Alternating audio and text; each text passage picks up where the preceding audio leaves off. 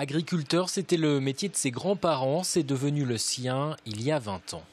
J'ai toujours été passionné par ce métier depuis que j'ai pu marcher, quoi.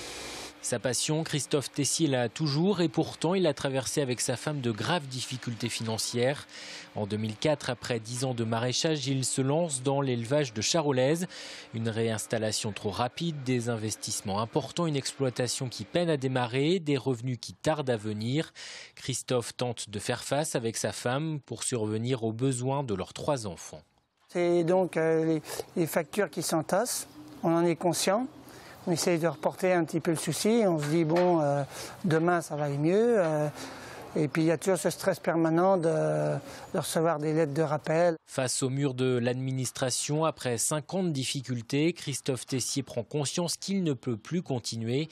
Il prend contact avec une personne aidée par Solidarité Paysans. Le premier pas, très difficile le premier pas.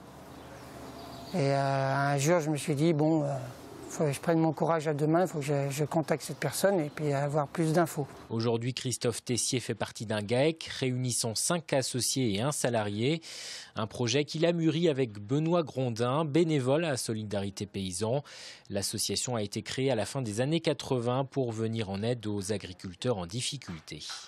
Le fait qu'on accompagne, ils n'ont pas la pression du milieu autour de la même façon. Je crois que c'est surtout ça.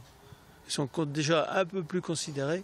C'est pas comme s'ils étaient tout seuls dans leur marasme.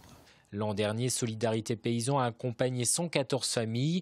L'association offre de l'aide juridique, administrative, donne des conseils économiques, mais apporte surtout un soutien psychologique. Ils cherchent avant tout un lieu où ils peuvent parler, exprimer sur leurs difficultés.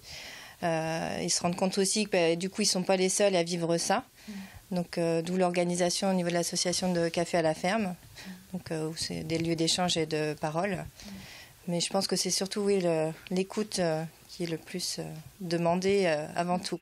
L'an dernier, le nombre d'appels a augmenté de 36%, signe des difficultés actuelles du monde agricole. Pourtant, une des salariées de l'association ne sera pas remplacée, faute de moyens suffisants.